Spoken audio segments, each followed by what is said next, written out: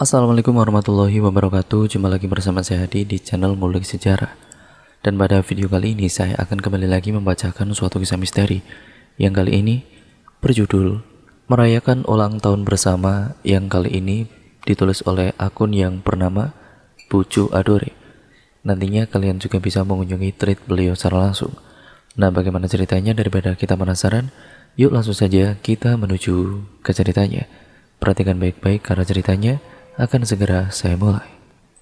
Oh ya, seperti biasanya, untuk kalian yang akan mendengarkan video kali ini ataupun cerita kali ini, persiapkan diri kalian dan gunakan earphone terbaik kalian agar kalian mendapatkan kualitas audio yang jauh lebih baik lagi dalam mendengarkan cerita pada kali ini.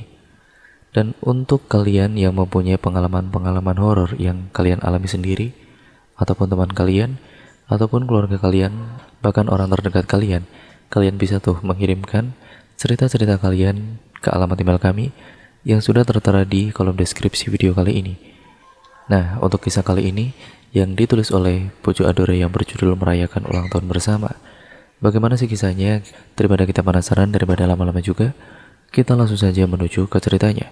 Perhatikan baik-baik karena ceritanya akan segera saya mulai.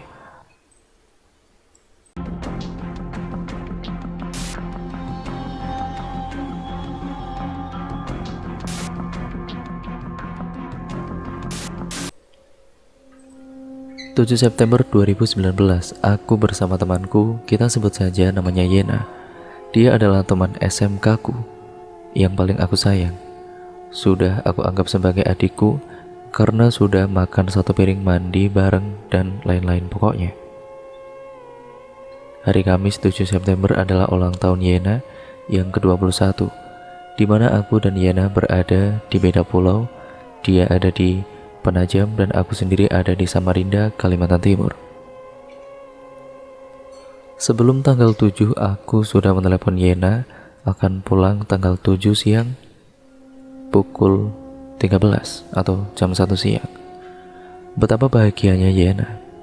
Assalamualaikum. Waalaikumsalam. Yen, aku balik ke PPU, ibu kota negara, tanggal 7 siang. Seriusan kamu, Nun? Ujar Yena dengan penuh bahagia. Iya Yen, aku sesuai janjiku kemarin, ya kita akan merayakan ulang tahun kamu, ujarku, dan aku tidak bisa membuat ataupun memberikan kejutan untuk Yena karena selalu ketahuan. Ya udah kalau gitu, oke deh, aku tunggu ya Nun, ujar Yena dan memberikan kecupan di telepon. Itu seperti biasa aku lakukan ketika sama dia. Tanggal 7 pun tiba, aku pun menyiapkan segala barang yang akan aku bawa pulang nanti, termasuk kue ulang tahun yang aku beli. Tidak mewah sih, cuman roti gembong khas Samarinda. Jarak yang akan aku tempuh kurang lebih 5 jam perjalanan melewati sebuah hutan alam yang biasa dilewati oleh para mobil dan juga bis angkutan umum lainnya menuju Samarinda, Balikpapan, yang menurut mereka hutan itu banyak kejadian mistis. Dan sempat Yena menceritakan pengalamannya melewati hutan itu. Oke, kita lanjut. Aku mulai mempersiapkan diri dari barang baju, sepatu, kaos tangan, dan helm. Aku pun mulai menuruni anak tangga kosku. Maklum ya teman-teman, nuntut ilmu, jadi yang ngekos aku di situ. Dan tidak lupa aku membaca doa dalam hati. Bismillah sampai di tujuan. Baru mau pergi, tiba-tiba kue yang aku bawa tiba-tiba jatuh dan aku kaget. Astaga, kenapa sih jatuh segala? Ujarku dengan kesel pada kala itu. Lalu aku kemudian pergi meninggalkan kosanku. Di perjalanan menuju BPPN, aku melaju dengan kecepatan 80 km per jam. Dan oke, aku kalau sudah naik motor, aku tidak ingat apa-apa. Dan ya, aku melajukan saja pokoknya. 1 jam perjalanan, aku mulai memasuki kawasan hutan alam yang aku sebut tadi di atas. Dan aku kemudian berucap bismillah, semoga selamat sampai tujuan. Mulai memasuki rimbunnya pepohonan, namun masih ada rumah-rumah warga, namun jarak mereka cukup jauh.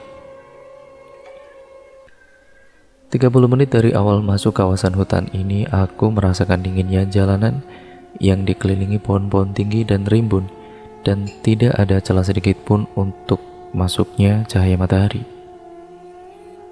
Jalanan sangatlah sepi pada dahulu kala, sebelum ada jalan tol. Mobil dan angkutan umum selalu melintas di jalan ini, namun sekarang hanya motor saja yang melintas, namun itu tidak banyak, hanya 1 atau 2 motor saja yang melintas, bahkan sama sekali tidak ada. Dan tiba-tiba aku menghentikan motorku dengan secara tiba-tiba, pas di tikungan yang cukup tajam, dan aku melihat ada ular kobra yang sedang berjalan di tengah-tengah jalan. Ular ini kemudian meninggikan badannya dan merasa terancam, namun aku tidak banyak melakukan apa-apa, dan aku hanya berkata, "Mbah, permisi, cucumu mau numpang lewat, Mbah, gak ganggu." "Monggo, Mbah," ujarku. Tiba-tiba ular ini pun merendahkan badannya hingga ke aspal. Tiba-tiba terdengar suara. Aku melihat di kaca spionku, ternyata seseorang laki-laki naik motor. Mungkin dia kaget melihatku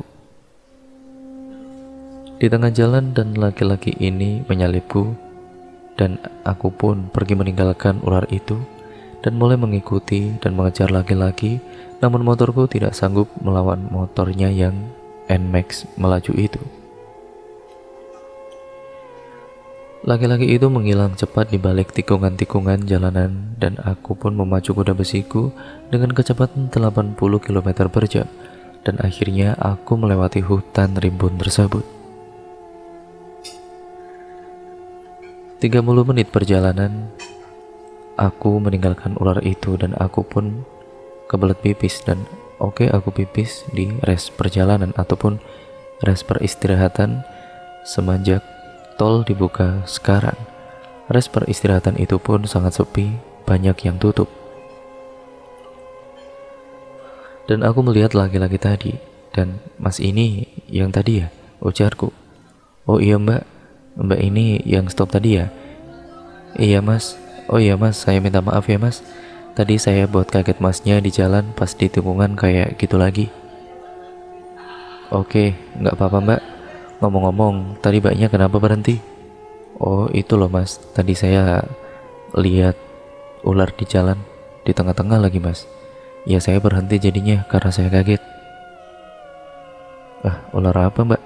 Saya nggak ada lihat apa-apa di tengah jalan tadi kok," ujar si Masnya. "Ah, tadi ular kobra Mas, masa Masnya nggak lihat sih Mas?" "Serius Mbak, saya benar-benar nggak lihat apa-apa loh." Dalam hatiku berkata, "Ah, jelas-jelas ular tadi itu menatap di hadapanku, dan aku pergi pun ular itu masih ada." Tiba-tiba, "Permisi, ini esnya Mbak," ujar penjual itu. "Terima kasih Bu." "Sama-sama Mbak. Oh ya, saya dengar tadi Mbaknya dan Masnya sedang bicara tentang ular ya?" "Iya Bu, ini Mbaknya tadi katanya lihat ular dekat tikungan, tapi saya nggak lihat apa-apa," ujar Dimas. "Iya Bu, saya lihat itu ularnya berdiri kepada saya loh." Ibu penjual pun itu berkata, "Hati-hati Mbak, itu siluman yang menyerupai ular." Aku pun ketakutan tidak karuan. "Gini aja deh Mbak sama Masnya, ya saling beriringan aja di jalanan, ya takut ada apa-apa nantinya," ujar ibu penjual itu. "Iya Mbak, nanti Mbak duluan aja, saya di belakang nuntun Mbaknya," jawabku. "Boleh deh Mas. Makasih ya, makasih banyak ya Bu." Lanjut kemudian 25 menit perjalanan aku dari rest area itu. Akhirnya kami pun keluar dari hutan alam itu dan kemudian tiba. "Mbak, rumah saya di gang bawah gunung itu Mbak. Mbaknya mau mampir dulu nggak?" "Oh, nggak usah Mas. Saya ada keperluan, sudah ditunggu teman saya soalnya," ujarku. "Oh alah, ya sudah Mbak, kalau begitu saya duluan ya Mbak." "Iya Mas, hati-hati." "Iya Mbak, Mbak juga hati-hati. Yang tadi itu jangan dipikirkan Mbak, nanti pusing." "Iya Mas. Ya udah, mari Mas." Dan akhirnya kami pun berpisah di sini, dan aku pun mulai memasuki pemukiman padat penduduk di daerah Samboja. 3 jam berlalu, akhirnya aku memasuki kawasan Balikpapan dan masuk arah pelabuhan kapal feri yang biasa aku tumpangi untuk menyeberang ke Penajam, IKN. Namun, ada juga namanya klotok atau kapal kayu yang bunyinya tok-tok-tok seperti itu. 5 kilometer dari samping Karyangau aku masuk sekitar 15 menit. Aku pun sampai di pelabuhan dan aku membeli tiket pelabuhan. Harganya murah meriah, cuma 30.500. Sudah sampai Penajam, namun mobil-mobil besar harganya dari 200 ke atas gitulah pokoknya. Dan akhirnya aku masuk di dermaga 1 dan memarkirkan motorku paling depan pintu keluar kendaraan, entah apa itu namanya. Lalu kemudian aku naik ke atas untuk mencari tempat duduk yang nyaman, yang banyak anginnya. Semua juga banyak anginnya. Yang namanya juga di kapal, puas kan kalau makan angin sampai kembung. Oke, aku udah stay di tempat dudukku dan kemudian menikmati sebotol air minum dan aku mengeluarkan HP kesayanganku. Aku kemudian menelepon seseorang. Halo, aku udah di ferry nih, Yen, ujarku. Wih, cepet banget ya, jawab Yana. Astaga, 3 jam aku jalan sudah. Siap-siap sudah dirimu ya. Biar kita pergi nanti, ujarku dengan senang. Kapal pun mulai penuh penumpang. Ya, mereka pada naik mencari tempat duduk yang ada foto di pinggir kapal, pada selfie-selfie manja dan takutnya itu HP nyemplung kayak HP ku dulu. 1 jam perjalanan di atas laut, akhirnya kapal pun mulai bersandar dengan sempurna dan aku pun langsung menuju motorku dan akhirnya sampai di Penajam. Dan akhirnya aku pun menuju rumah Yana tidak jauh dari pelabuhan. Aku memasuki gang rumah lama Yana dan sampailah aku di rumah Yana. Yana pun keluar. Ayo masuk, ujar Yana dengan penuh cinta. Iya, aku pun kemudian bertanya, Yana, kamu kenapa? Mungkin dia menungguku terlalu lama. Ya sudahlah, ayo masuk, kita rayakan ultaku dulu. Dan aku pun dengan senang mengeluarkan roti gembong yang tadi itu yang aku bawa dari Samarinda dan mencari lilin yang aku bawa dan juga korek. Yan, kenapa nggak enak perasaanku ya? Ayo kita rayakan, ujar Yana. Dan oke lah, aku mungkin ya karena kecapean kayaknya. Lalu aku kemudian melihat Yana begitu senang melihat kue yang aku bawa dan lilin itu, dan aku merasakan bahwa rumah Yana sangat sepi. Yan, tiup li. Belum sempat aku selesai berbicara, tanpa ada angin dan tiupan lilin dari mulut Yana, lilin pun mati. Seketika itu juga aku melihat sekelilingku gelap dan waktu itu aku melihat ponselku menunjukkan waktu 6:30 maghrib dan aku nyalakan, yaitu lampu senter, dan aku melihat tidak ada Yana di depanku. Lalu kemudian aku memanggil, Yen, Yana, di mana kamu, Yen? Dengan rasa takut aku pun memberanikan diriku untuk berdiri dan melangkah. Kakiku pun berjalan perlahan dan namun jantungku semakin berdetak tidak karuan. Yen, jangan bercanda loh ini, Yen. Ini kan ultamu, Yen. Masa aku yang kamu kerjain sih, Yen? Tiba-tiba terdengar suara. Sini luar. Aku mencari suara itu dan aku pun keluar dan melihat keluar semuanya gelap, hanya lampu senter HP ku yang menyala. Tiba-tiba Yana muncul dari kegelapan dengan baju putih. Rasaku Yana tidak memakai baju putih deh. Dalam hatiku aku berbicara, Yen, apa itu beneran kamu, Yen? Ikuti aku sebentar. Kita bermain sebentar di sana, ujar Yana. Yen, mau kemana ini, Yen? Sudah malam. Baru sadar aku bahwa rumah Yana tidak ada orang tua beserta adiknya. Masa iya Yana mau tinggal sendirian di rumah dia, dan dia kan sebenarnya penakut. Yen, tunggu, Yen. Aku pun menyusul Yana tanpa alas kaki. Tiba-tiba ada suara dari belakangku. Nun. Seketika aku menoleh. Yana, aku pun kaget. Kamu mau kemana? Ujar Yana, sontak aku terkejut. Lalu yang di rumah tadi itu siapa? Tidak. Aku hanya mengejar kucing saja kok. Aku coba tenangkan diriku. Nun, ayo kita masuk Nun, kita sama-sama makan malam, ujar Mama Yana. Iya mak. Aku manggil mama ya karena sudah sangat akrab dan aku anggap seperti mamaku sendiri. Lalu aku pun masuk, namun semua barang dan kue yang tadi aku kasih ke Yana beserta lilin kembali ke bentuk semula. Dan aku pun terdiam melihat semuanya benar-benar aneh. Kamu itu kenapa Nun? Kok ngelamun marip-marip? Enggak kok Yan, aku cuma memikirkan sesuatu aja kok. Lalu pintu rumah pun dibuka oleh mama dan rumah itu pun terkunci rapat. Aku pun masuk dengan melihat kiri dan kanan. Nun, kamu kenapa sih kayak orang kebingungan? Kayak gak pernah masuk rumah ini aja sih, ujar Yana. Kangen aja kali aku Yan, lama gak kesini, sibuk kuliah soalnya.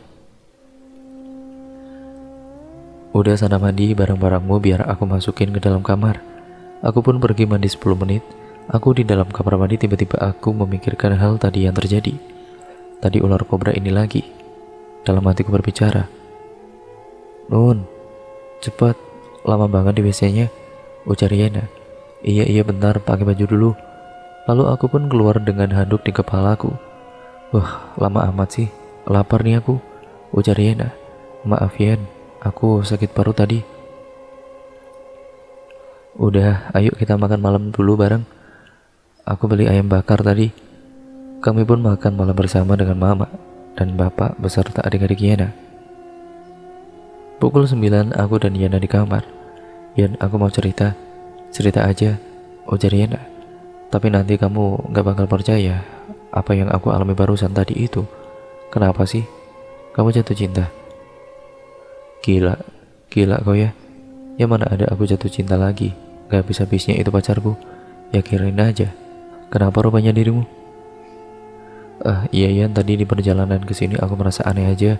Di hutan alam itu aku tiba-tiba melihat ular kobra. Terus ada laki-laki nyalip aku naik motor. Lalu aku berhenti di res peristirahatan. Jumpa lagi dengan laki-laki itu. Dan aku minta maaf sama dia karena buat kaget di tikungan tadi. Yang aku berhenti karena ular tadi itu. Terus aku bilang, aku lihat ular tapi laki-laki itu tidak melihat apa-apa. Loh, aneh kan? Jelas-jelas ular itu masih ada di depanku.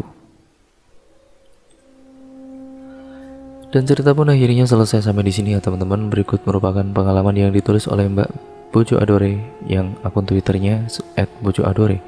Yang nantinya kalian bisa mengunjungi tweet beliau secara langsung ataupun akun Twitter beliau secara langsung ya teman-teman untuk membaca pengalaman-pengalaman horor mbaknya ini. Cerita pun akhirnya selesai dan banyak pembelajaran yang dapat kita ambil dari kisah ini ya teman-teman. Dan juga semoga kita bisa mengambil nilai-nilai positifnya dan membuang jauh-jauh yang buruknya. Intinya untuk kalian yang memiliki pengalaman horor seperti mbak yang berakun Twitter Bojo Adore ini, kalian bisa mengirimkan ke alamat email kami ya teman-teman yang sudah tertera di dalam kolom deskripsi video kali ini. Sekian dan terima kasih, kurang lebihnya mohon maaf. Jangan lupa subscribe channel ini untuk kalian yang belum. Terima kasih untuk dukungan kalian selama ini. Dan jangan lupa nyalakan juga lonceng notifikasinya agar kalian tidak ketinggalan video terbaru selanjutnya dari channel ini. Kurang lebihnya mohon maaf ya teman-teman apabila banyak salah kata ataupun narasi saya yang mungkin kurang jelas dalam membacakan video kali ini. Sekian dan terima kasih, sampai berjumpa di video terbaru selanjutnya. Wassalamualaikum warahmatullahi wabarakatuh.